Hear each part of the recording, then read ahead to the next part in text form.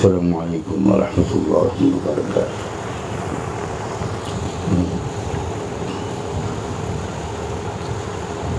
الحمد للہ وکفی وسلام علی عباده الذین اصطفی، اما بعد۔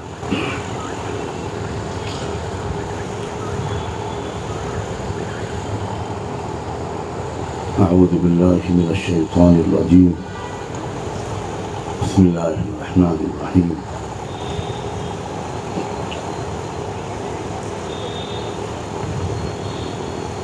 وقال الذين كفروا لرسلهم لنخرجنكم من أرضنا أو لتعودن في ملتنا، فأوحى إليهم ربهم لنهلكن الظالمين ولنسكننكم الأرض من بعدهم ذلك لمن خاف مقامي وخاف وعيد۔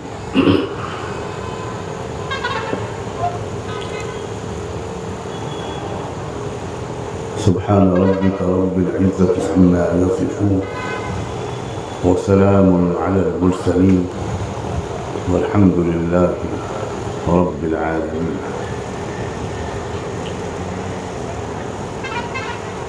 اللهم صل على سيدنا محمد وعلى آل سيدنا محمد وبارك وسلم۔ اللهم صل على سيدنا محمد وعلى آل سيدنا محمد وبارك وسلم۔ اللهم صل على سيدنا محمد وعلى آل سيدنا محمد وبارك وسلم۔ بسم اللہ الرحمن الرحیم۔ بہت ہی محبت اور قدر کے لائق میری عزیز بچیوں، قابل احترام خواتین اسلام، بہت ہی ضروری باتیں نہایت سادہ اور بے تکلف انداز سے کہنا چاہتا ہوں، بالکل اس طرح جس طرح گھر کا کوئی بڑا وہ اپنے گھر کے بچوں اور بچیوں سے، اپنی فیملی کے لوگوں سے کچھ تجربے کی باتیں کہتا ہے، اسی طرح میں آپ سے کچھ دل کی باتیں کہنے کی کوشش کروں۔ اس کو ایک وقتی تقریر مت سمجھنا، ایک خیر خواہ، ایک محبت کرنے والے کے کچھ مشورے اور کچھ گزارشات سمجھنا۔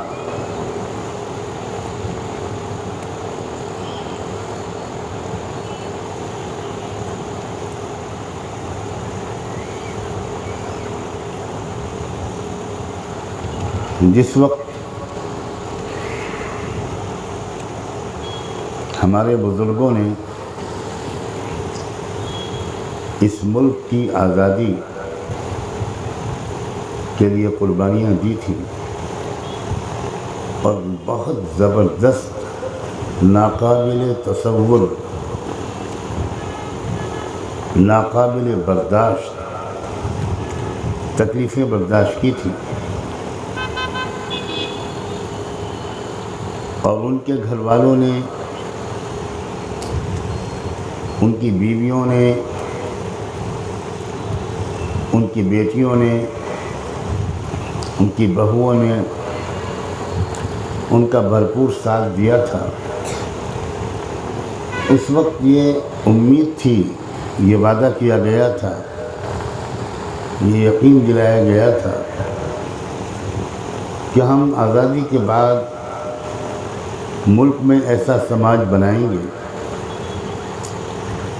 جس میں برابری ہوگی، ایکوالٹی ہوگی، سمتا ہوگی، انصاف ہوگا، سب کو جسٹس ملے گا، سب کو ان کے حقوق ملیں گے،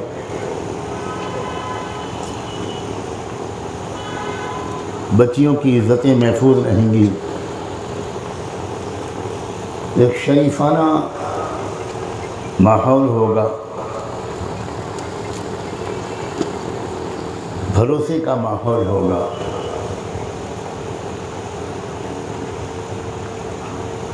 کسی کو چھوٹا، کسی کو محکوم نہیں سمجھا جائے گا، سب برابر کے شریک ہوں گے۔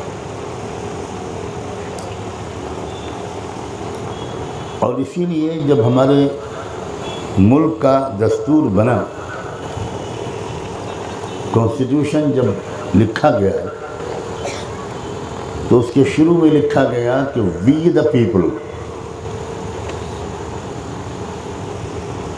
صرف وی نہیں لکھا گیا،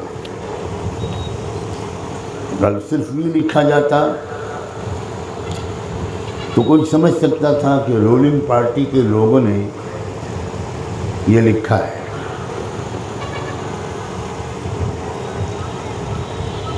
میجورٹی کمیونٹی کے لوگوں نے یہ لکھا ہے، مگر یہ لکھنے کے بجائے یہ لکھا گیا کہ وی دا پیپل، ہم بھارت کے عوام، ہم بھارت کے لوگ آج یہ فیصلہ کرتے ہیں کہ ایک ایسا ملک بنائیں گے جو سوورن ہوگا،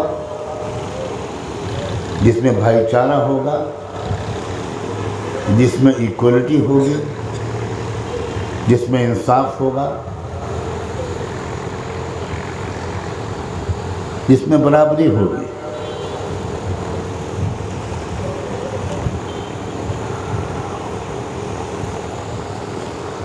آزادی کی اس عظیم جدوجہد میں صرف مردوں کا ہاتھ نہیں تھا،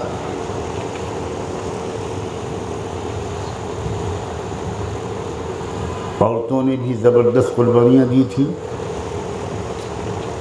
آزادی کے لیے کوشش کرنے والے اپنے مردوں کی ہمتیں بڑھائی تھیں۔ شاید وہ شعر آپ کو یاد ہو، بہت ہی مختصر، ہلکا پھلکا مگر بہت طاقتور شعر کہ بولی اماں محمد علی کی، جان بیٹا خلافت پہ دے دو۔ ایک ماں ہے، ایک ماں اپنے دو بیٹوں سے کہتی ہے، ایک بیٹے کا نام ہے محمد علی جوہر، دوسرے بیٹے کا نام ہے شوکت علی۔ اب ان کو ایک طرف یہ خیال ہے کہ ماں بوڑھی ہے،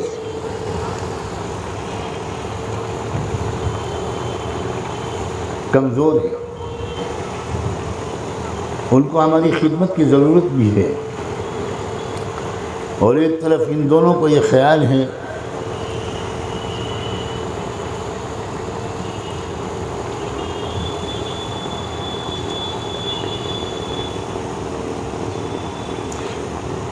کہ اس انگریزوں نے سازش کر کے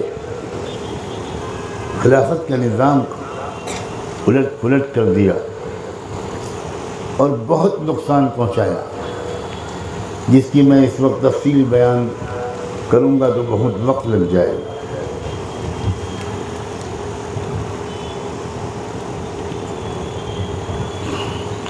جب ماں نے اپنے دونوں بیٹوں کو دیکھا کہ وہ تھوڑا ہچکچا رہے ہیں، وہ جانتے ہیں کہ اگر وہ آگے نکلیں گے تو پھر جیل بھی ہو سکتی ہے، پھانسی بھی ہو سکتی ہے، سزائے موت بھی سنائی جا سکتی ہے۔ اس وقت اس ماں نے اپنے دونوں بیٹوں کو بلایا اور یہ کہا کہ بولی اماں محمد علی کی، جان بیٹا خلافت پہ دے دو۔ قوموں اور ملکوں کی یہ تاریخ بتاتی ہے کہ جب قوم کی بیٹیاں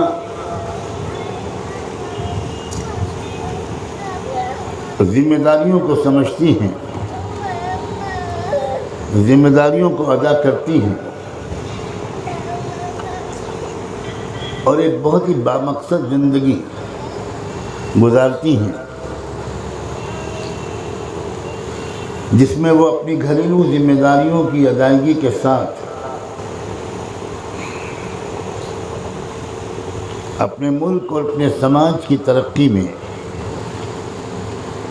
اپنے دیش کی خدمت میں بھی حصہ لیتی ہیں، اپنی تہذیبی قدروں کی حفاظت کے ساتھ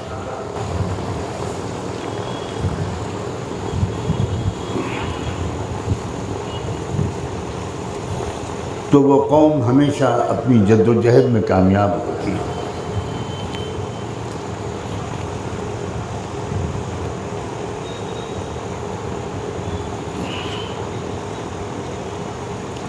ہم سب یہ بات جانتے ہیں کہ جو وعدے آزادی سے پہلے کیے گئے تھے وہ پورے نہیں ہوئے۔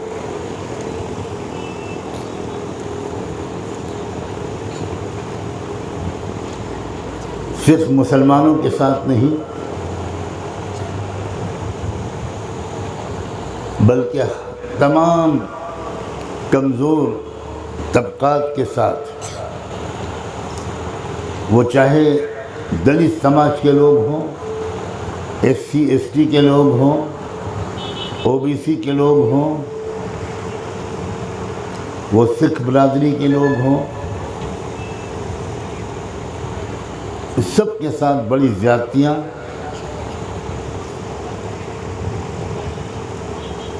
سب کے حقوق پر ڈاکہ اور سب کو ایک عجیب و غریب قسم کے محرومی کے احساس کے ساتھ جینے پر مجبور کیا جاتا ہے۔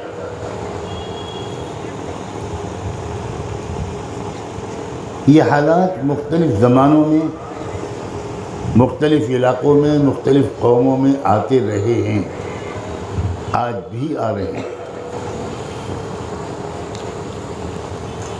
لیکن اگر قوم کی بیٹیاں، اگر قوم کی خواتین، کسی قوم کی خواتین اگر وہ زیادہ سمجھدار ہو جائیں، اپنی تمناؤں کا میدان درست کر لے، اپنی زندگی کا مقصد صحیح سمجھ لیں، اپنی صلاحیتوں کا صحیح استعمال کرنے لگیں، تو کبھی وہ قوم ناکام نہیں ہو سکتی جس کی خواتین میں، جس کی بیٹیوں اور بہوؤں میں اپنی گھریلو ذمہ داریوں کے ساتھ اپنی اجتماعی اور سماجی ذمہ داریوں کا احساس بھی آ جائے، وہ قوم کبھی ناکام نہیں ہو سکتی۔ ہر عظیم شخصیت کے پیچھے اور ہر بڑے کارنامے کے پیچھے یقیناً کسی عورت کا ہاتھ نظر آتا ہے، کسی کوشش کی تاریخ، کسی انقلاب اور تبدیلی کی تاریخ خواتین کے حصے کے بیان کے بغیر، تذکرے کے بغیر مکمل نہیں ہو سکتی۔ حضرت ابراہیم علیہ السلام کی تاریخ اور ان کا تذکرہ، ان کی عظیم، بہادر، وفادار بیوی حضرت حاجرہ کے تذکرے کے بغیر حضرت ابراہیم علیہ السلام کی زندگی کا تذکرہ مکمل نہیں ہو سکتا۔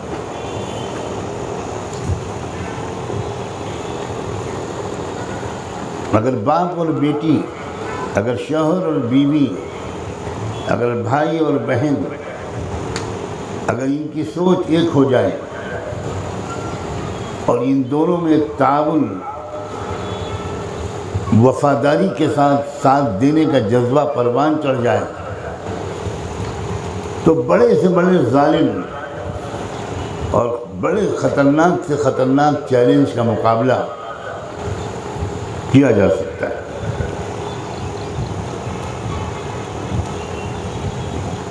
اگر حضرت ہاجرہ نے جس طرح حضرت ابراہیم کا ساتھ دیا،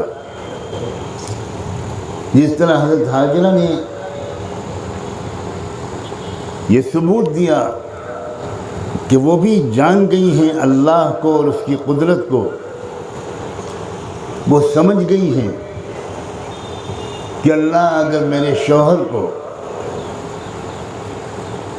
حکم دے رہا ہے کسی بڑے مقصد کے لیے مجھے اکیلا چھوڑ کر جانے کا، تو وہ اللہ میری حفاظت کر سکتا ہے اور کر کے رہے گا، مجھے اطمینان ہے، آپ جائیے۔ کہہ دینا بہت آسان ہے، سن لینا اس سے بھی زیادہ آسان ہے، لیکن جو کام کر کے دکھایا حضرت ہاجرہ نے، اور بہنوں اور بیٹیوں تم کو مبارک ہو، یہ ایک عورت کی برکت ہے، ایک ماں اور ایک بیوی کی قربانی کا یہ ثمرہ ہے کہ ہمیں خانہ کعبہ بھی ملا، ہمیں چشمہ زمزم بھی ملا، ہمیں صفا اور مروہ کی پہاڑیاں اور سعی بھی ملی، ہمیں مقام ابراہیم بھی ملا۔ ایک عورت کی قربانی یہ ان کی اس عورت، عظیم عورت کی یادگاریں ہیں۔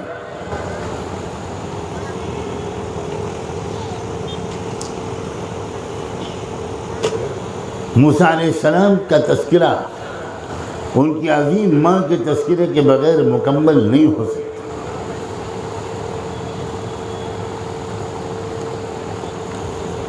موسیٰ علیہ السلام کا تذکرہ ان کی نہایت سمجھدار نوجوان، بلکہ نوجوان سے بھی کم عمر بہن کے تذکرے کے بغیر مکمل نہیں ہو سکتا۔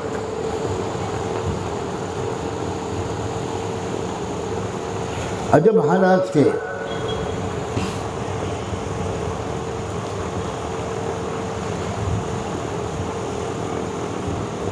ملک میں ایک عام قانون بنا دیا گیا تھا کہ فلاں قوم کے گھر میں پیدا ہونے والے ہر لڑکے کو جتنی جلدی ہو سکے ماں کی گود سے چھین کر مار ڈالا جائے،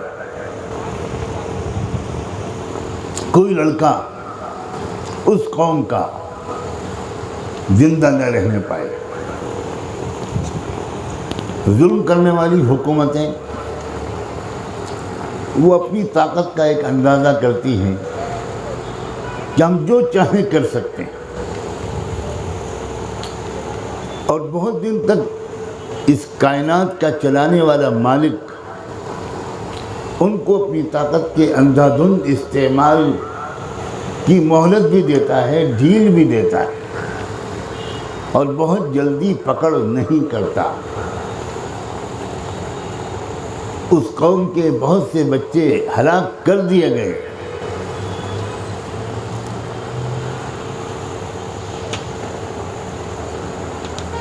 موسیٰ نام کا ایک بچہ جب پیدا ہوا، اس کی ماں کو ڈر لگا کاش لڑکا نہ پیدا ہوتا، بیٹی پیدا ہوتی۔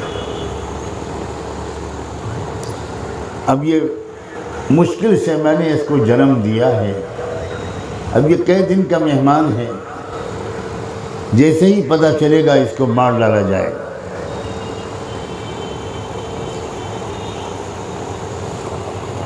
اس عظیم ماں کو یہ پیغام بھیجا اللہ نے، وَأَوْحَيْنَا إِلَىٰ أُمِّ مُوسَىٰ، یہ پیغام بھیجا کہ اطمینان سے دودھ پلاتی رہو بچے کو، جب تم کو لگے کہ اب یہ بچے کو کا پتہ لگ گیا ہے اور اسے چھین لیا جائے گا تو تم ایک باکس تیار رکھو اور اس لکڑی کے باکس میں اس بچی کو ڈال کر تم دریا کے حوالے کر دینا۔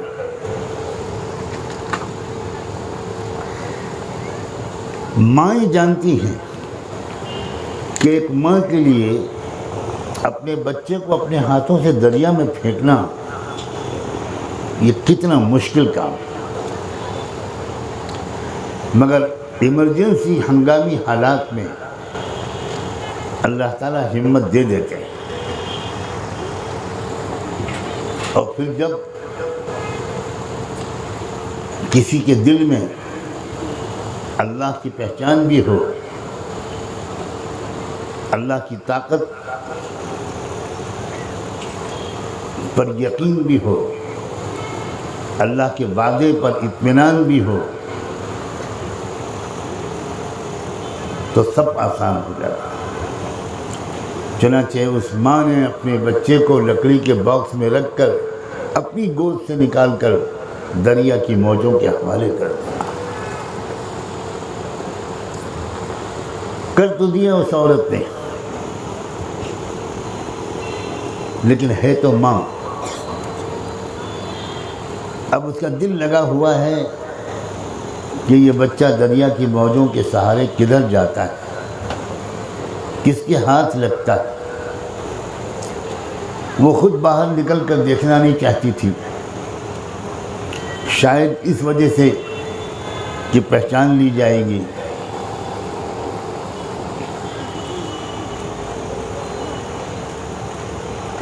تو اپنی چھوٹی بیٹی سے کہا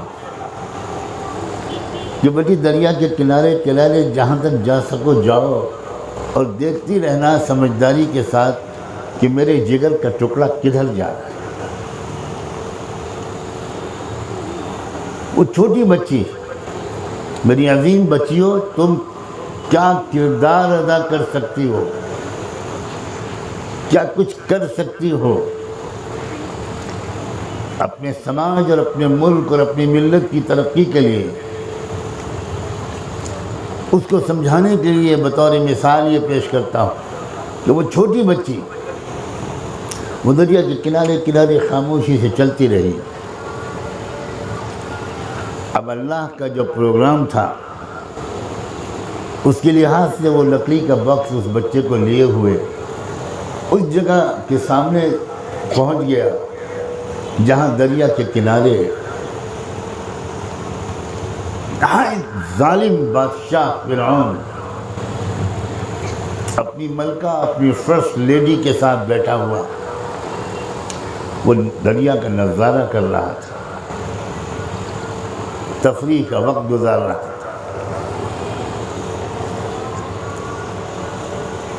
وہ لڑکی دور سے دیکھتی رہی۔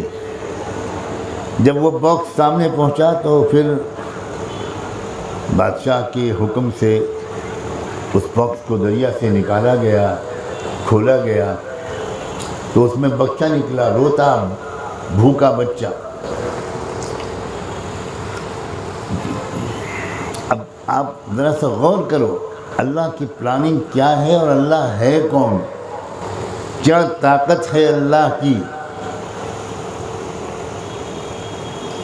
پہلے سے پلاننگ کے نتیجے میں یہ بادشاہ کے یہاں کوئی اولاد پیدا نہیں ہوئی تھی۔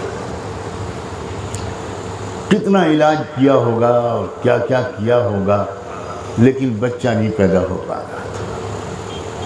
اب یہ ایک تمنا تھی، خاص طور پر ماں، جس ماں کی گود خالی ہوتی ہے وہی ماں جانتی ہے کہ ساری نعمتیں اس کے سامنے ہوں لیکن اولاد کی نعمت نہ ہو تو اس ماں کو تشفی، تسلی نہیں ہوتی۔ چنانچہ بادشاہ کی جو ملکہ تھی اس نے بچے کو دیکھتے ہی فرمائش کر دی، لا تقتلوہ، ارے رے اس بچے کو ہلاک مت کرنا، اس بچے کو مت مارنا، یہ بچہ اس طرح آیا ہے، میں اس کو پالوں گی، قرۃ عین لی ولک، یہ میری اور آپ کی آنکھوں کی ٹھنڈک بنے گا، اور ہم اس کو اپنا بیٹا بنا لیں گے۔ یہی ہے بیٹا جس کا نام ہے موسیٰ۔ اب بیٹا لے لیا، دودھ پلانے کی کوشش کی گئی، کتنی دودھ پلانے والی نرسیں بلائی گئی، کسی کا دودھ اس بچے نے قبول نہیں کیا، اس لیے کہ کچھ طے ہو چکا تھا آسمانوں پر۔ ابھی چھوٹی بچی موسیٰ علیہ السلام کی بہن جو خاموش تماشا دیکھ رہی ہے، کوئی شور نہیں مچا رہی، اس نے موقع پا کر صرف اتنی بات کہی کہ اگر آپ لوگ اجازت دیں تو ایک خاتون ہے، شاید ان کا دودھ قبول کر لے۔ یہ وہ نہیں بتاتی کہ یہ میرا بھائی ہے، وہ نہیں بتاتی کہ میں اس بچے کی ماں کو جانتی ہوں، یہ اپنی ماں کا دودھ تو لے ہی لے گا، یہ کچھ نہیں بتاتی۔ وہ نہایت سمجھداری کے ساتھ ہمدردانہ انداز سے یہ کہتی ہے کہ ایک ہیں ایسی خاتون جن کے دودھ کو بچے قبول کر لیتے ہیں، اگر آپ فرمائیں تو میں ان کو لے کر آؤں؟ ہاں ضرور ضرور، بالکل۔ سرکاری سواری بھیجی گئی اور موسیٰ علیہ السلام کی ماں کو بلایا گیا۔ موسیٰ علیہ السلام کی ماں بھی اتنی سمجھدار کہ وہ جو ایکسائٹمنٹ اس ماں کو اپنے بچے کو دیکھ کر ہونا چاہیے، آپ سمجھ سکتی ہیں کہ گھنٹوں کے انتظار کے بعد اندیشوں اور خوف کے بیچ میں ایک ماں کو اپنا کھویا ہوا بچہ اگر ملے تو اس کی تو چیخ نکل جانی چاہیے، خوشی کی عجیب کیفیت ہونی چاہیے، ہائے میرا بچہ، ہائے میرا لال۔ بالکل خاموش نہیں، وہ بالکل ظاہر نہیں ہونے دیا کہ وہ اس بچے کی ماں ہیں۔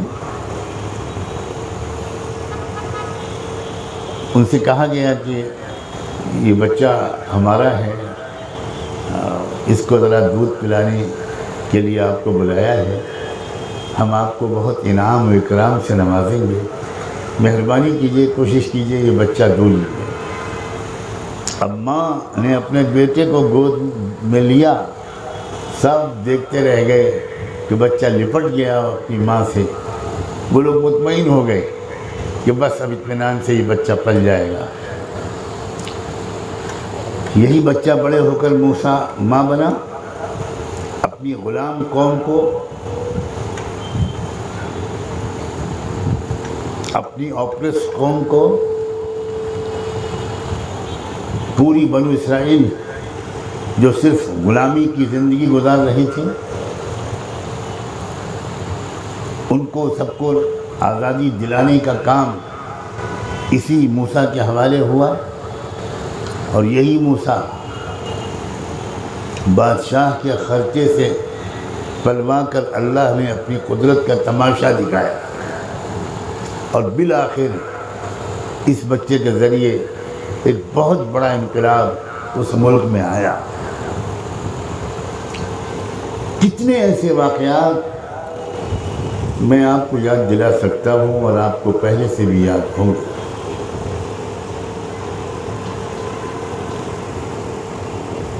اس وقت جو بات آپ سے کہنی ہے وہ یہ ہے کہ ہم اس وقت پھر ایک بار سخت ضرورت اس بات کی ہے کہ ہماری بچیاں اپنی ذمہ داریوں کو، اپنے کردار کو سمجھیں۔ پہلی بات، آپ اپنے کیریکٹر کو پاکیزہ رکھیں، پاک دامن رکھو بیٹے۔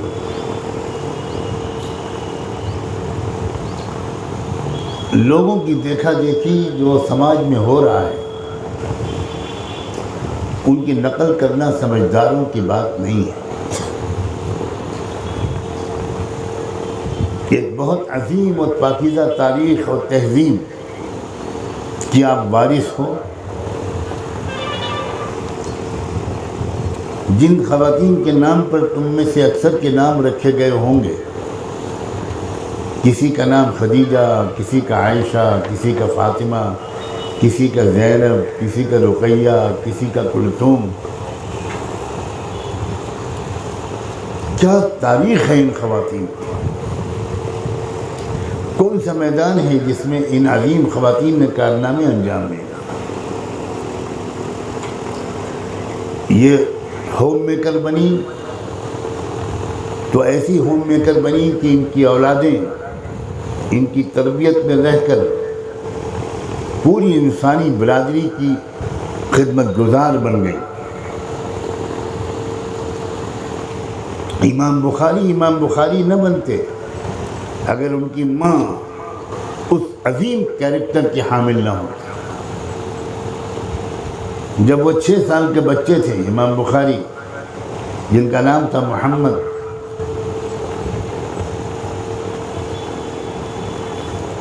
ان کی آنکھوں کی روشنی چلی گئی، بالکل نابینا ہو گئے. تب ان کی ماں نے روزے رکھنے شروع کیے، صدقہ نکالنا شروع کیا اور رو رو کر اللہ سے مانگنا شروع کیا کہ اللہ آپ گواہ ہیں کہ میں نے اپنے بچے کا نام محمد رکھا اور میں نے یہ منت مانی تھی، یہ نیت کی تھی، ارادہ کیا تھا کہ میرا بچہ جب بڑا ہوگا تو میں اس کو محمد مصطفیٰ صلی اللہ علیہ وآلہ وسلم کی حدیثوں کا عالم اور خادم بناؤں گی. میری یہ نیت تھی. اللہ وہ تو اندھا ہو گیا، اب وہ کیسے علم حاصل کرے گا؟ اے ساری دنیا کے انسانوں کو بینائی کی طاقت دینے والے رب، میں تیری خوشامد کرتی ہوں، اپنی نیت کا واسطہ دیتی ہوں، میرے بچے کی آنکھوں میں روشنی واپس کر. چند دن گزرے تھے کہ یہ عظیم ماں، اس کو رات میں زیارت ہوتی ہے خواب میں رحمت دو عالم صلی اللہ علیہ وآلہ وسلم کی، اور وہ کہتے ہیں کہ جاؤ اپنے بچے کو جگاؤ، تمہاری دعائیں قبول ہو گئی اور تمہارے بچے کی آنکھوں میں روشنی واپس آ گئی. یہ خاتون اٹھتی ہیں، لپک کے جاتی ہیں، اپنے بیٹے کو جگاتی ہیں. آنکھ کھلتا ہے بچہ، سلام کرتا ہے، امی سلام علیکم. بیٹا وعلیکم السلام. بیٹا کیا تم مجھے دیکھ رہے ہو؟ تو بچہ کہتا ہے جی امی میں آپ کو دیکھ رہا ہوں. میں کون سی چادر اوڑے ہوئے ہوں؟ آپ فلاں رنگ کی چادر اوڑے ہوئے ہیں. بس ماں بچے کو چمٹاتی ہے، پیار کرتی ہے، لٹاتی ہے اور جانماز بچھاتی ہے اور 2 رکعت نماز شکر پڑھتی ہے. یہ ماں کی دعائیں تھیں، یہ ماں کی تمنائیں تھیں، یہ ماں کا اخلاص تھا کہ اللہ نے نہ صرف یہ کہ اس بچے کے آنکھوں میں روشنی واپس کی بلکہ اس بچے کے دل میں بصیرت عطا فرمائی، اور پھر اس آسمان کے نیچے حدیث کے سب سے بڑے عالم اور راوی وہی بچہ قرار پایا. وہی ہیں امام محمد ابن اسماعیل البخاری. کوئی کہنے والا کہہ سکتا ہے، آپ فخر کے ساتھ کہہ سکتی ہو کہ نہ وہ اس عورت نے یہ دعائیں مانگی ہوتی، نہ اس عورت کے اندر اتنا پاک ارادہ اور بلند حوصلہ ہوتا، نہ امت کو امام بخاری ملتے. آپ کیا کر سکتی ہو بچی ہو؟ آپ نے کیا کیا کارنامے انجام دیے ہیں. دنیا بہت ممنون احسان ہے حضرت خواجہ معین الدین چشتی کی. ایک ایسا صاحب دل بزرگ، سراپا اخلاص، سراپا عاجزی و انکسار، غریب نواز سے ان کا نام ہی پڑ گیا. وہ غریبوں کے ایسے ہمدرد اور ایسے خدمت گزار تھے کہ ان کے اصل نام سے لوگ ان کو کم جانتے ہیں، اور حضرت خواجہ غریب نواز کے نام سے لوگ ان کو زیادہ جانتے ہیں۔ وہ ایک سفر سے واپس آئے، سنت کے مطابق پہلے اپنی ماں کی خدمت میں حاضر ہوئے، سلام کیا، پیشانی چومی، قدم بوسی کی، ماں کی خیریت پوچھی، ماں نے گلے سے لگایا، کلیجے سے لپٹایا۔ اس کے بعد غور سے اپنے بیٹے کے چہرے کو دیکھ کر ماں نے کہا کہ معین الدین کیا بات ہے، آج بہت خوش نظر آ رہے ہو۔ تو بیٹے نے کہا کہ ماں میں کیسے خوش نہ ہوں، اس سفر میں تو عجیب کارنامے انجام ہوئے۔ 7 لاکھ لوگوں نے جو اللہ کو نہیں پہچانتے تھے، انہوں نے اللہ کو پہچانا، انہوں نے کلمہ پڑھا، اور 70 لاکھ لوگوں نے جو کلمہ پڑھتے تھے مگر زندگی میں گناہ بہت تھے، انہوں نے گناہوں سے توبہ کی، ان کی زندگی بدل گئی۔ جہاں جاتا تھا اماں ایمان کی، ہدایت کی، محبت کی ہوائیں چلتی تھیں۔ اماں اس سفر میں تو کمال ہی ہو گیا۔ ماں نے مسکراتے ہوئے اپنے بیٹے کو دیکھا اور فرمایا بیٹا یہ تیرا کمال نہیں ہے۔ اب بیٹے کو بھی نخرے سوجھے، ماں سے تو ناز اولاد کر ہی سکتی ہے۔ بیٹے نے کہا ماں پھر کس کا کمال ہے؟ تو ماں نے کہا کہ میرا کمال ہے، میرا۔ تو پھر بیٹا بولا کہ ماں سفر میں نے کیا، خطرے میں نے مول لیے، تکلیفیں میں نے برداشت کی، اور کمال آپ کا ہو گیا۔ کچھ سمجھائیے، میری سمجھ میں نہیں آیا۔ تو ماں نے مسکراتے ہوئے کہا بیٹا سن، جب بھی میں تجھے دودھ پلاتی تھی میں ہر دفعہ یہ دعا کر کے، نماز پڑھ کے، وضو کر کے دودھ پلاتی تھی تجھے، یہ دعا مانگتی تھی کہ اللہ میرے دودھ کے ہر قطرے کے ساتھ میرے بچے کے سینے میں ولایت کا نور اتار۔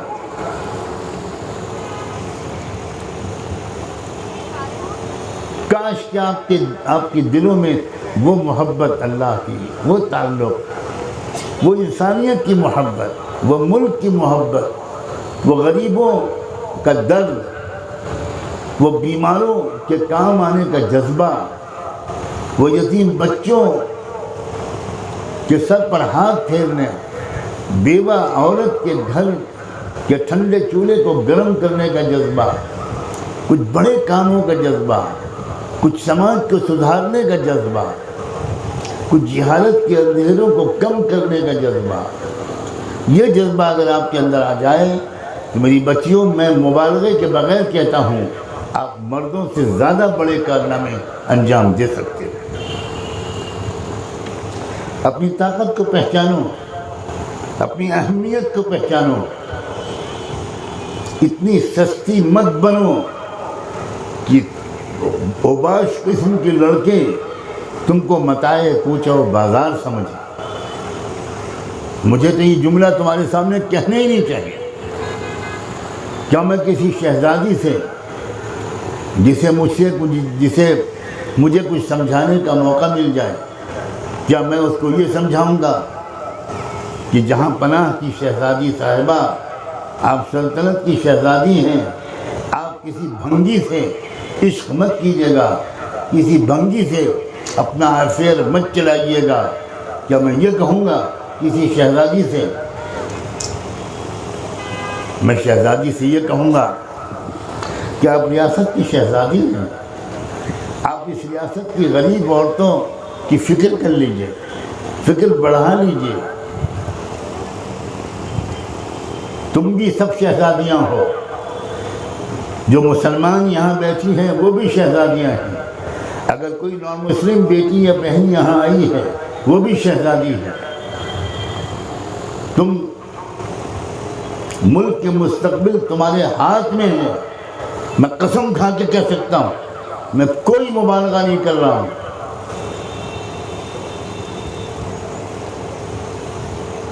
تماشائی بنے رہنے سے کام نہیں چلے گا۔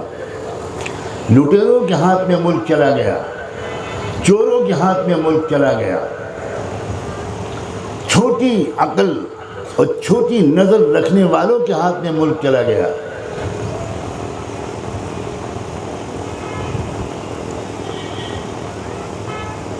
یہ ملک اسرائیل نہیں ہے، یہ ملک سعودی عرب بھی نہیں ہے، یہ ملک نیپال بھی نہیں ہے، بھارت ہے، وشال دیش ہے، بہت بڑا ملک ہے، مختلف قسم کے سماج کے لوگ خدا نے یہاں پر بسائے ہیں۔ ہماری کوشش ہونی چاہیے کہ سب ترقی پائیں، اپنے چھوٹے دائرے میں، اپنے محلے میں، اپنے پڑوس میں،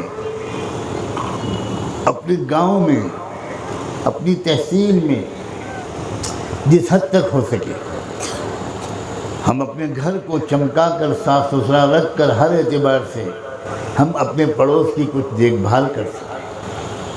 کوئی ایسا بیمار تو نہیں ہے جس کا علاج نہیں ہو پا رہا، وہ کسی دھرم کو مانتا ہو، وہ آدم و حوا کی اولاد ہے، ہم سب انسانی رشتے سے بھائی بہن ہیں۔ یہ جذبات ہونے چاہیے، اس موضوع پر سہیلیوں کے درمیان بات ہونی چاہیے، فرینڈز کے درمیان کبھی کبھی ان بہت سنجیدہ ٹاپکس پر بات ہونی چاہیے۔ ہم کیا کر سکتے ہیں اپنے ملک کے لیے، ہم کیا کر سکتے ہیں اپنے سماج کے لیے، ہم کیا کر سکتے ہیں اپنے شہر کے لیے، محلے کے لیے ہم کیا کر سکتے ہیں۔ ہم اپنے کالج کے اندر کام کرنے والی جو لیڈیز ہیں، جو آیائیں ہیں، ان کے لیے کیا کام کر سکتے ہیں، کیا کام آ سکتے ہیں۔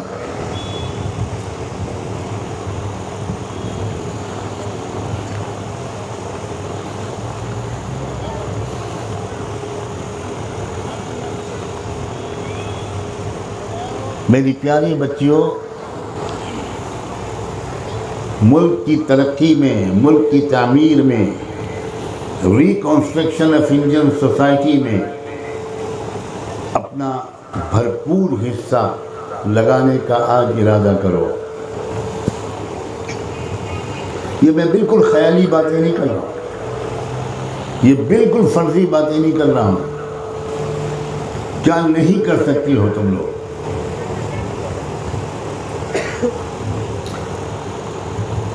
اپنی پڑھائی، اپنی اسٹڈیز میں ایکسلنٹ اسٹینڈرڈ کو اچیو کرتے ہوئے، اپنے ماں باپ کی آنکھوں کی ٹھنڈک بنتے ہوئے، اپنی نگاہوں کو نیچا اور اپنی آواز کو پست رکھتے ہوئے، ایک ویلیوز کے ساتھ، اخلاقی قدروں کے ساتھ ایک شریفانہ مہذب زندگی گزارتے ہوئے اس بات کی تمنا کرو، اس بات کا ارادہ کرو اور اپنے مزاج کو ایسا بناؤ کہ تم جب کسی کی زینت بن کر کسی گھر کی، تم اپنے ماں باپ سے رخصت ہو کر جب تم کسی دوسرے گھر کی زینت بنو تو وہ گھر کو تم سجا دو، اس گھر کو تم خوشبوؤں سے مہکا دو، اس گھر میں محبت کی ایک لہریں اٹھ جائیں، دیکھیں لوگ اور حیرت کریں کہ ساس اور بہو کے تعلقات یہ ہوتے ہیں۔ ایسی خدمت کرتی ہے بہو، ایسا ادب کرتی ہے بہو، انتھک محنت کرتی ہے بہو اور ہر وقت مسکراتی رہتی ہے۔ لوگ حیرت کریں کہ یہ کیا گھرانہ ہے جہاں نظر نہیں آتا کہ یہ ساس ہے، ایسا لگتا ہے کہ یہی ماں ہے، اور یہ بہو نہیں نظر آتی کہ یہ بہو ہے، ایسا لگتا ہے کہ یہ اکلوتی بیٹی ہے۔ اپنے ہاتھوں، اپنی کم عقلی کی وجہ سے، اپنی تربیت کی کمی کی وجہ سے اکثر گھروں میں آج ساس اور بہو کی جھگڑے، نند اور بھاوج کے جھگڑے اس قدر میننگ لیس اور یوز لیس اور ایسا احمقانہ رواج ہے، میرے پاس الفاظ نہیں ہیں کہ میں اس کو کنڈم کرنے کے لیے مناسب لفظ بول سکوں۔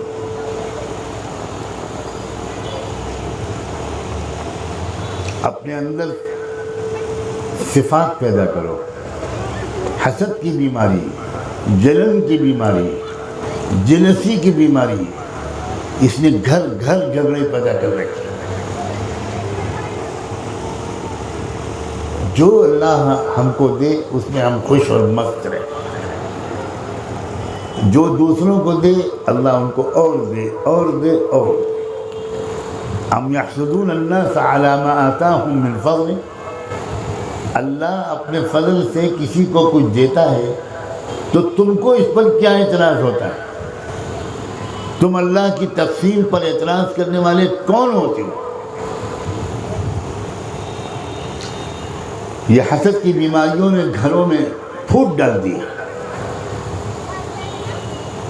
ذرا ذرا سی بات پر شوہر اور مرد طلاق دیتے ہیں، اور ذرا ذرا سی بات پر نئی نویلی بیویاں یہ میکے جا کے بیٹھ جاتی ہیں کہ میں نہیں آؤں گی، اور پھر جھگڑے شروع ہوتے ہیں۔ عجیب، واقعی میں حیران ہوں، میری سمجھ میں نہیں آتا کہ اپنی زندگی کو اپنے ہاتھوں سے جہنم بنانے کی یہ بیماری یہ کہاں سے آ گئی، عورتوں میں بھی اور مردوں میں بھی۔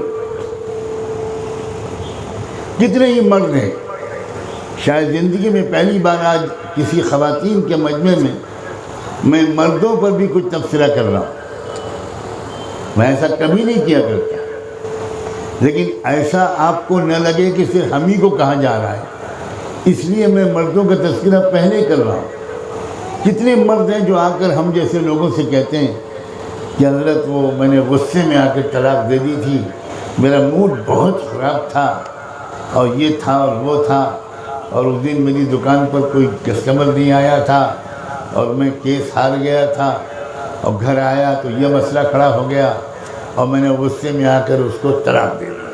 کتنی طلاق دے دی؟ ارے حضرت 10 15 20 25 50 جتنی منہ میں آئی سب دے دی۔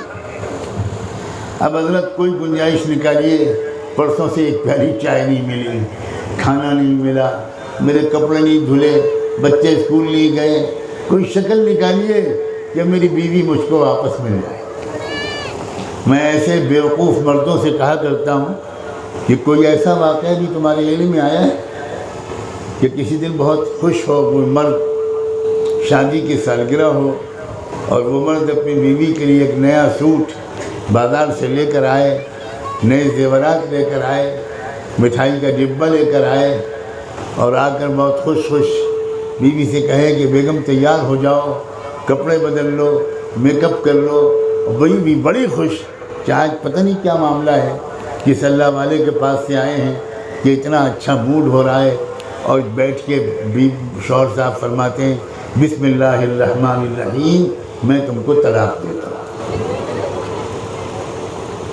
کبھی کوئی اس طرح بھی طلاق دیتا ہے؟ بھائی غصے کو قابو میں کرنا سیکھو، یہ تم نے تربیت نہیں لی، تم نے سیکھا ہی نہیں کہ غصے کو کنٹرول کیسے کیا جاتا ہے، غصے کو قابو میں کیسے کیا جاتا ہے۔ جس کو دیکھو آج کل نئی شادیاں اس بری طرح فیل ہو رہی ہیں کہ اگر اس کا ریکارڈ سامنے رکھا جائے تو حواس خراب ہو، بہت جلدی جھگڑے شروع ہو جاتے ہیں۔ ایک تو اس کی وجہ یہ بھی ہوتی ہے کہ شادی شدہ زندگی کیا ہوگی، اس میں کیا ذمہ داریاں آئیں گی، اس میں کیا چیلنجز آئیں گے، اس کا تصور ہی نہیں ہوتا۔ ہر لڑکا شادی سے پہلے صرف یہ سوچتا ہے کہ میری شادی ہوگی تو میں شاہ جہاں بن جاؤں، اور ہر لڑکی یہ سوچتی ہے کہ میری شادی ہوگی تو میں ممتاز محل بن جاؤں گی، اور پھر ہم دونوں مل کے تاج محل بنائیں گے۔ اور ہوتا کیا ہے؟ اللہ کی پناہ، عربی کی ایک کہاوت ہے کہ بعد شہر العسل تأتی سنوات البصل، ہنی مون کے 1 مہینے کے بعد پھر پیاز لہسن کی زندگی شروع ہوتی ہے۔ زندگی ایک خالی تماشے کا نام نہیں ہے، یہ زندگی ایک چیلنج ہے، یہ زندگی ایک ذمہ داری ہے۔ بچیوں کو پہلے سے سمجھایا جانا چاہیے کہ تم کو سسرال میں کیسے بیہیو کرنا ہے، کس طرح خدمت کر کے دل جیتنا ہے۔ ساری دنیا کے سب سے عظیم باپ رحمت دو عالم سیدنا محمد رسول اللہ صلی اللہ علیہ وآلہ وسلم کی بہت چہیتی صاحبزادی سیدہ فاطمہ رضی اللہ تعالی عنہا جب دلہن بن کے رخصت ہونے لگی تو باپ کے کندھے سے چمٹ کر حضور پاک صلی اللہ علیہ وسلم نے ان کے پیشانی کو چوما، بیٹی کو دعائیں دی اور جاتے جاتے بیٹی کو ایک نصیحت کی۔ سسرال کے لیے رخصت کرتے وقت اللہ کے رسول نے اپنی بیٹی کو ایک نصیحت کی، بیٹی باندی بن کر رہنا، تھوڑے ہی دن میں تم ملکہ بن جاؤ۔ باندی بن کر رہنا، یہ کون سکھا رہا ہے؟ شہنشاہ دو عالم سرور کائنات رحمت دو عالم سید الاولین والآخرین امام الانبیاء تاجدار مدینہ رحمت دو عالم محمد الرسول اللہ صلی اللہ علیہ وآلہ وسلم اپنی بیٹی کو یہ نصیحت،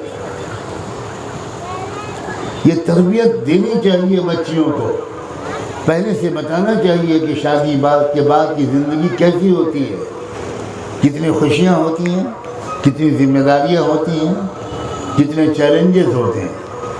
یہی لڑکوں کو بتانا چاہیے، ان کے باپوں کو، ان کے خاندان کے بزرگوں کو، بچوں کو بتانا چاہیے کہ مسئلہ شاہ جہاں اور ممتاز محل کا نہیں ہے، مسئلہ حسن اور عشق کا نہیں ہے، مسئلہ ایک فیملی کو چلانے کا ہے، ایک بہترین فیملی کو اچھی تربیت دے کر سماج کو ایک خوبصورت تحفے کے طور پر پیش کرنا ہے۔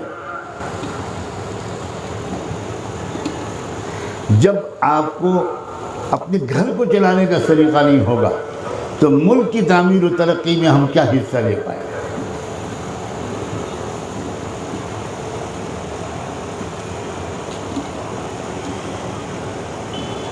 ایک بات اور میں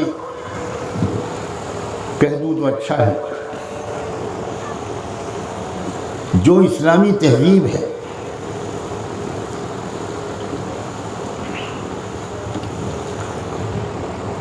اتنی خوبصورت، اتنی حسین، اتنی پیاری، اتنی دلکش یہ تہذیب ہے کہ جن قوموں کے پاس یہ تہذیب نہیں ہے کاش کہ وہ حسد کرنے کے بجائے، جلنے کے بجائے اور ہم سے یہ تہذیب چھیننے کے بجائے خود اس تہذیب کو اختیار کرنے کا فیصلہ کریں۔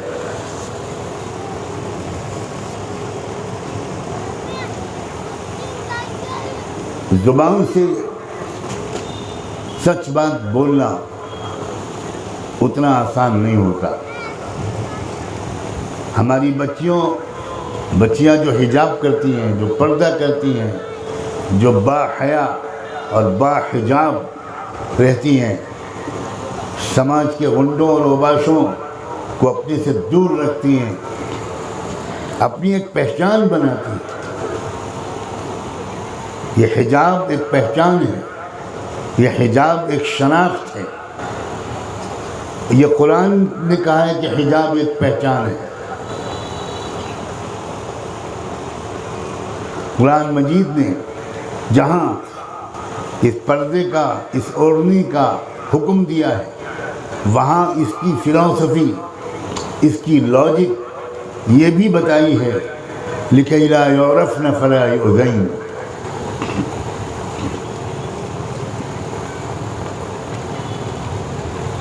اگر قرآن کہتا ہے کہ اگر یہ اوڑھنیوں کے ساتھ نکلیں گی، ڈھک چھپ کر نکلیں گی، تو یہ پہچان لی جائیں گی کہ یہ شریف زادیاں ہیں، یہ بازاری لڑکیاں نہیں ہیں، یہ متاع کوچ و بازار والی لڑکیاں نہیں ہیں، جب لوگ دیکھیں گے تو پھر ان کو چھیڑا نہیں جائے گا، ان کو تکلیف نہیں پہنچائی جائے گی۔ کتنی زبردست بات اللہ نے فرمائی۔ یہ پردہ ایک آئیڈینٹی ہے، اپنی شرافت کا اعلان ہے، اپنی پاک دامنی کا اعلان ہے، اپنے پاک صاف کیریکٹر کا ایک سمبل ہے، اور اللہ تعالیٰ کی طرف سے ایک اعلان ہے کہ یہ میری بندیاں انتہائی قیمتی ایک وجود ہیں، ان کو اس طرح رکھا جائے گا جس طرح کسی قیمتی زیور کو چھپا کر رکھا جاتا ہے۔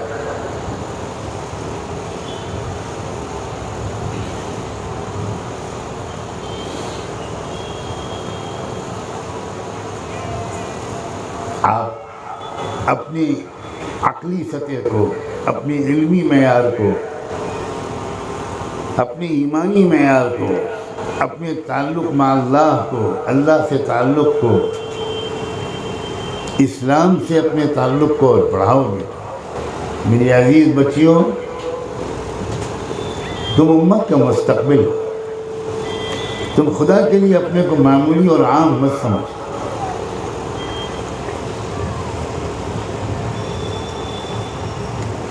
کس درندگی کے معاشرے کی طرف اس ملک کو ڈھکیل دیا گیا۔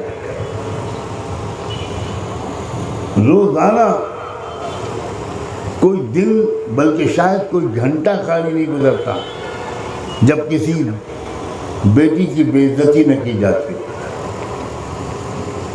جب کسی بچی کے ساتھ زیادتی نہ کی جاتی۔ اپنے کیریکٹر کو محفوظ رکھتے ہوئے، اپنے دل و دماغ کو پاک صاف رکھتے ہوئے، اپنی نگاہوں کو پاک صاف رکھتے ہوئے تھوڑا مطالعہ بڑھاؤ، تھوڑا سا علم بڑھاؤ۔ میں بہت محبت کے ساتھ اپنی بچیوں سے کہتا ہوں، پلیز کچھ سنجیدہ کتابوں کا مطالعہ بڑھاؤ۔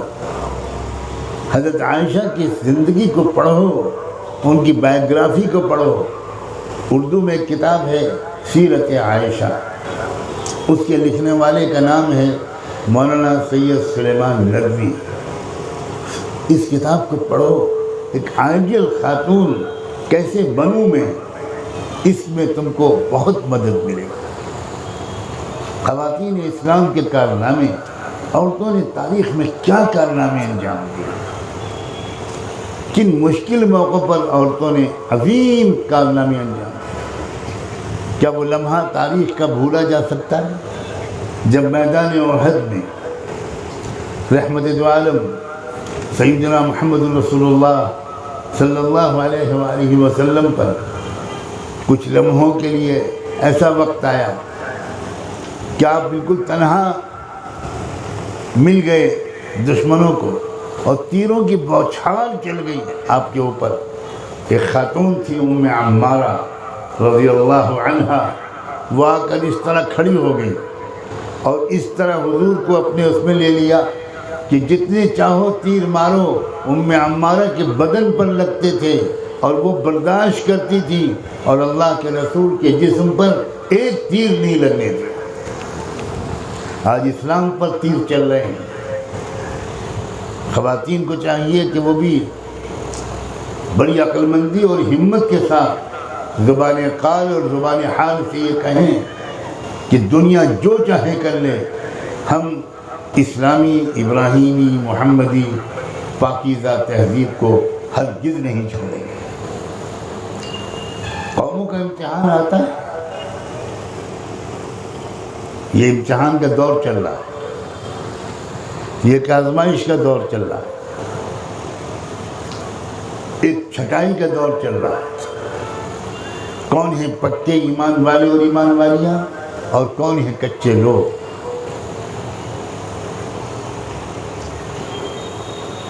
کسی قیمت پر آپ کو حجاب نہیں چھوڑنا۔ اگر حجاب کے ساتھ کالج جانے میں دقت ہو رہی ہے، پریشان کیا جا رہا ہے، تو علاقے کے لوگوں کی ذمہ داری ہے کہ وہ اس سلسلے میں کیا کارروائی کر سکتے ہیں۔ کیا کوئی لیگل ایکشن لیا جا سکتا ہے؟ کیا کوئی قانونی کارروائی کی جا سکتی ہے؟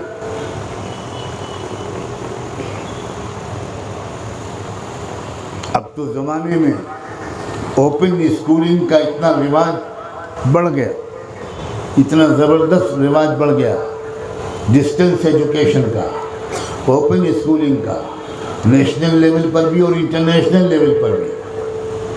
میں نے کتنی بچیوں کو یہ مشورہ دیا کہ تم کو کالج جانے میں دقت ہو رہی ہے، اور اگر کوئی مقامی طور پر لوگ بھرپور مدد نہیں کر پا رہے ہیں تو تم اوپن اسکولنگ میں سوئچ اوور کر لو، اوپن اسکولنگ میں جاؤ۔ اب تو انگلینڈ میں، برطانیہ میں اوپن اسکولنگ انٹرنیشنل لیول کی اتنی مقبول ہو گئی ہے کہ پوری دنیا کی 70,000 لڑکیاں ایک اوپن اسکولنگ سے انسٹیٹیوشن سے جس سے میں واقف ہوں، اس سے لوگ اپنی پڑھائی پوری کر رہے ہیں۔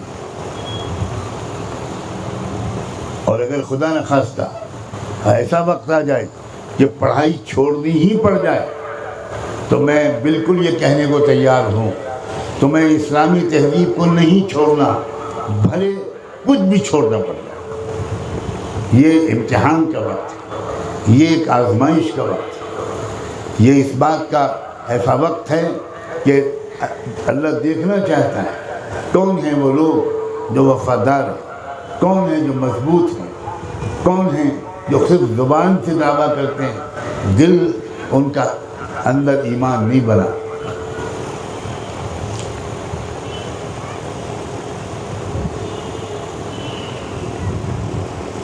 میں نے گھریلو زندگی کے بارے میں بھی کچھ باتیں کی، اپنے ماں باپ کے ساتھ رہتے ہوئے، اپنی سسرال میں رہتے ہوئے ایسا اخلاق بناؤ کہ سب طرف مسکراہٹیں ہوں، سب طرف محبتیں ہوں، سب طرف خوشیاں ہوں۔ اگر کوئی بات کڑوی نظر آتی ہے برداشت کرو، اس کو ٹال جاؤ۔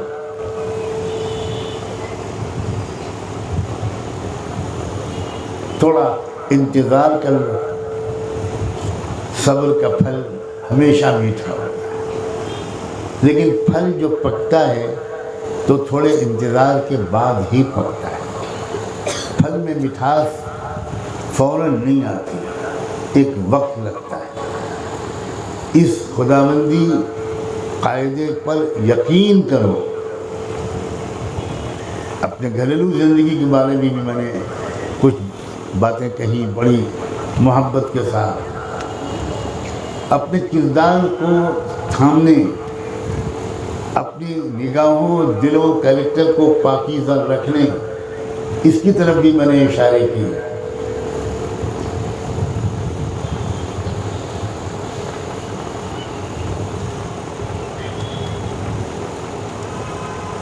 موبائل اور انٹرنیٹ وغیرہ کا استعمال بہت سمجھداری کے ساتھ، بہت سمجھداری کے ساتھ۔ یہ واقعی یہ جو موبائل ہے اور اس پر جو نیٹ کا سسٹم ہے، وہ ہمارے حضرت کہا کرتے ہیں کہ یہ کتنا صحیح نام ہے، انٹر دا نیٹ۔ یہ انٹرنیٹ نہیں ہے بلکہ انٹر دا نیٹ۔ نیٹ کہتے ہیں جال کو، یعنی تم جال میں پھنس جاؤ۔ آج کل یہ ہو رہا ہے، نوجوانوں کو تربیت دے رہے ہیں کچھ لوگ اور ان کو ٹرین کر رہے ہیں کہ مسلمان لڑکیوں سے کیسے بات کرنا ہے، کہ ان کو سکھایا جا رہا ہے۔ 2 مہینے کے کورسز ہوتے ہیں اور اسے کہا جاتا ہے مسلمان آپس میں کیسے بات چیت کرتے ہیں سیکھو۔ سلام کرنا سکھایا جاتا ہے، خیریت پوچھنا سکھایا جاتا ہے، الحمدللہ کہنا سکھایا جاتا ہے۔ اور لڑکے لڑکیوں کے موبائل نمبر لے کر وہ ان سے بات چیت شروع کرتے ہیں، چیٹنگ شروع ہوتی ہے، اور لڑکی بالکل نہیں سمجھ پاتی کہ یہ لڑکا مسلمان نہیں ہے۔ اول تو اگر مسلمان ہوتا تب بھی کسی اجنبی لڑکے کے سلام کے جواب میں کسی سمجھدار لڑکی کو کبھی جواب نہیں دینا چاہیے۔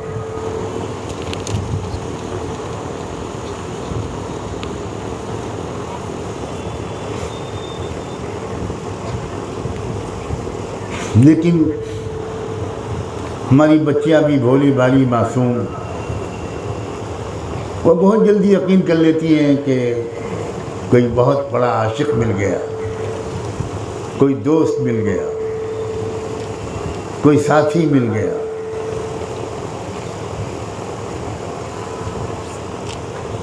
ایک عمر ہوتی ہے کچے پن کی، بھولے پن کی، کم سمجھی اور نا تجربہ کاری کی۔ اب تو ماہرین نفسیات جو ہیں، سائیکالوجی کے ماہرین، سائیکیٹرک ایکسپرٹس جو ہیں، انہوں نے تو سائنٹیفک ریسرچ کرنے کے بعد یہ بتایا ہے کہ جو 13-14 سال کی عمر ہوتی ہے، یہاں پر برین میں ایک ونڈو کھلتی ہے۔ اور سے سننا، اس کا نام انہوں نے رکھا ہے لو ونڈو۔ یہ لڑکے کے دماغ میں بھی کھلتی ہے، لڑکی کے دماغ میں بھی کھلتی ہے۔ یہ برین کا ایک خاص حصہ ہوتا ہے جو اپنا کام کرنا شروع کرتا ہے، اور اس عمر میں بچے اور بچی کے دل و دماغ میں ایک جذبات، ایک خیال، ایک خواہش آنی شروع ہوتی ہے، کاش کہ کوئی میرا ہوتا اور میں اس کا ہوتا، کوئی میری ہوتی اور میں اس کی ہوتی۔ اس قسم کے جذبات، یہ جو ٹین ایج کہلاتی ہے، 13 to 19، اس ایج میں ڈاکٹرز کہتے ہیں، برین اسپیشلسٹ کہتے ہیں کہ دماغ میں وہ ونڈو کھلتی ہے۔ اب یہ جو عمر ہے، یہ بننے اور بگڑنے کی یہی عمر ہے۔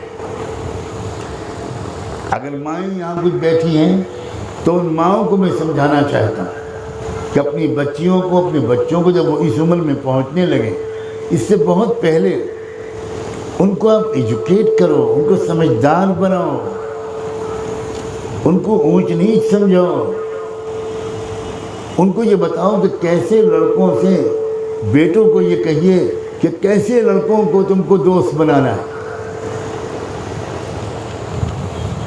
اور مائیں اپنی بچیوں کو سمجھائیں کہ کلاس کی کس لڑکی کو تم کو سہیلی اور فرینڈ بنانا ہے۔ سمجھدار ماں باپ اپنے لڑکوں اور لڑکیوں سے کہتے ہیں کسی موقع پر سال میں ایک آدھ بار کہ تم اپنی پوری کلاس فیلوز کو ایک دن گھر پہ دعوت کرو، کھانے پہ بلاؤ، ڈنر پہ بلاؤ، لنچ پہ بلاؤ، اور ماں بیٹھ کر دیکھتی ہے سب بچیوں کو، خوب انجوائے کرتے ہیں سب لڑکیاں۔ ماں نظر رکھتی ہے کہ ان 40 لڑکیوں میں کون لڑکی ہے جس کی آنکھوں میں شرافت اور پاکیزگی، جس کی آنکھوں میں حیا۔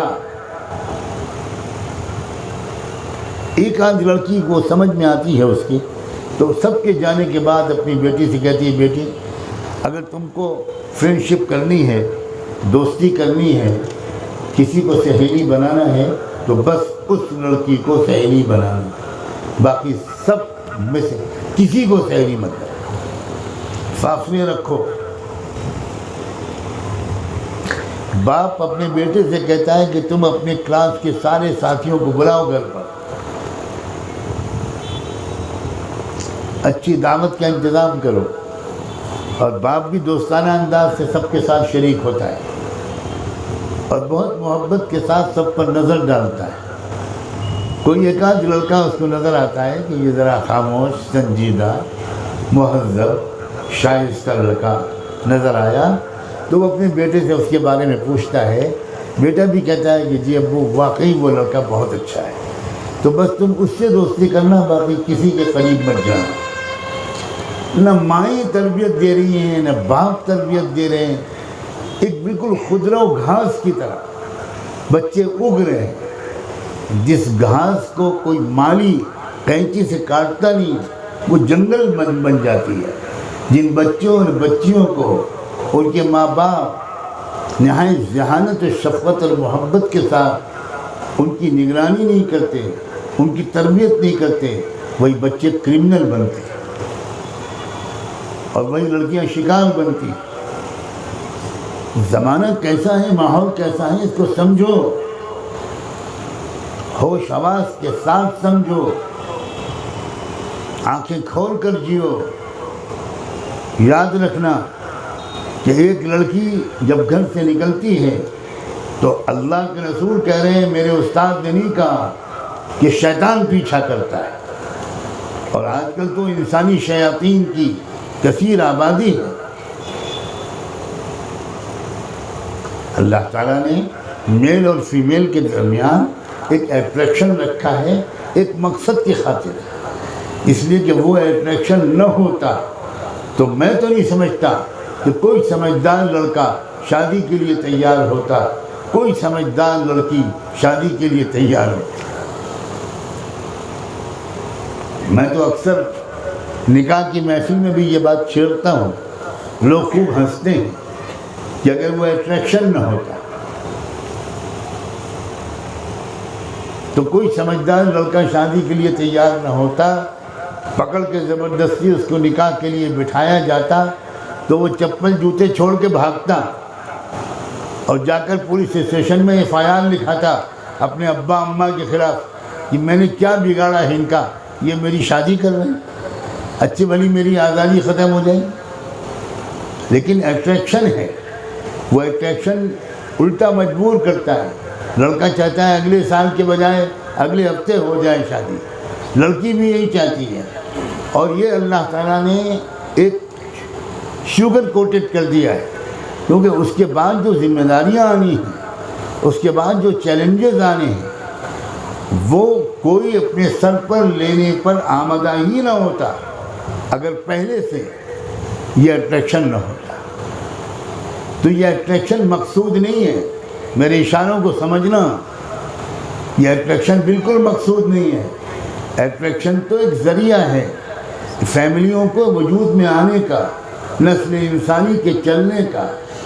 اب اس اٹریکشن کو انڈر کنٹرول رکھنا ہے، قابو میں رکھنا ہے، حدود کے اندر رکھنا ہے، جلد بازی نہیں کرنی، چپ کے اللہ سے دعائیں مانگو کہ اللہ مجھے بہترین رفیق حیات عطا فرما، شریف ساتھی عطا فرما۔ ان دعاؤں میں بالکل نہیں شرمانا چاہیے، اللہ سے مانگنے میں کوئی شرم نہیں ہونی چاہیے۔ اللہ سے مانگنا چاہیے کہ اللہ میری زندگی خوشگوار گزر جائے، غموں سے بچانا، ظلم و زیادتی سے بچانا، جھگڑوں سے بچانا، اور ایسے گھر میں مجھے لے جانا جس گھر میں اللہ جا کر میں اسلام کی کچھ خدمت بھی کر سکوں، میں قوم کی اور ملک کے کچھ کام آ سکوں، میں کچھ غریبوں کی سیوا کر سکوں۔ اللہ میرا نصیب ایسا بنانا۔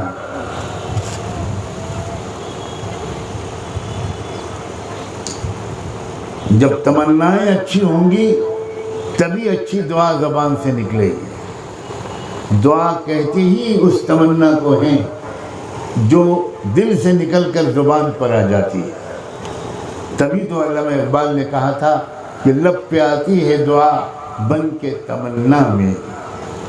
یہ دعا جو ہے یہ دراصل تمنا ہے، جب تک وہ دل میں رہتی ہے وہ تمنا ہوتی ہے، جب وہ اللہ کے سامنے پیش کی جاتی ہے تمنا تو وہ دعا بن جاتی ہے۔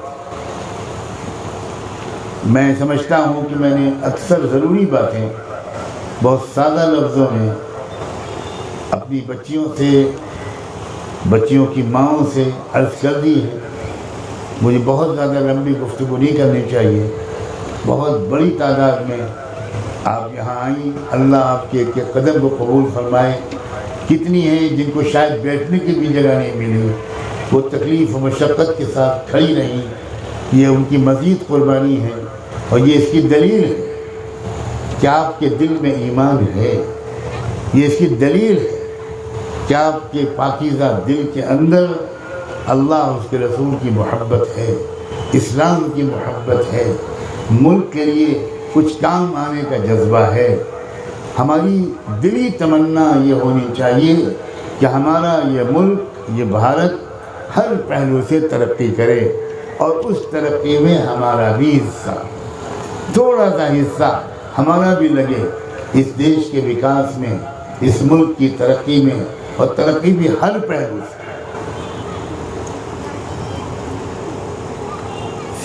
یہ ترقی کافی نہیں ہے کہ ہمارا ملک ایک نیوکلیئر طاقت بن گیا. ایک طرف ملک نیوکلیئر طاقت بن گیا، دوسری طرف ہزاروں کسان، لاکھوں کسان خودکشی کر چکے اور روزانہ کر رہے ہیں. لڑکیوں کی عزتیں لوٹی جا رہی ہیں، ریپ کیا جا رہا ہے، قتل کیا جا رہا ہے، لنچنگ کی جا رہی ہے. یہ کون سی ترقی ہے؟ یہ ترقی وہ ترقی نہیں ہے.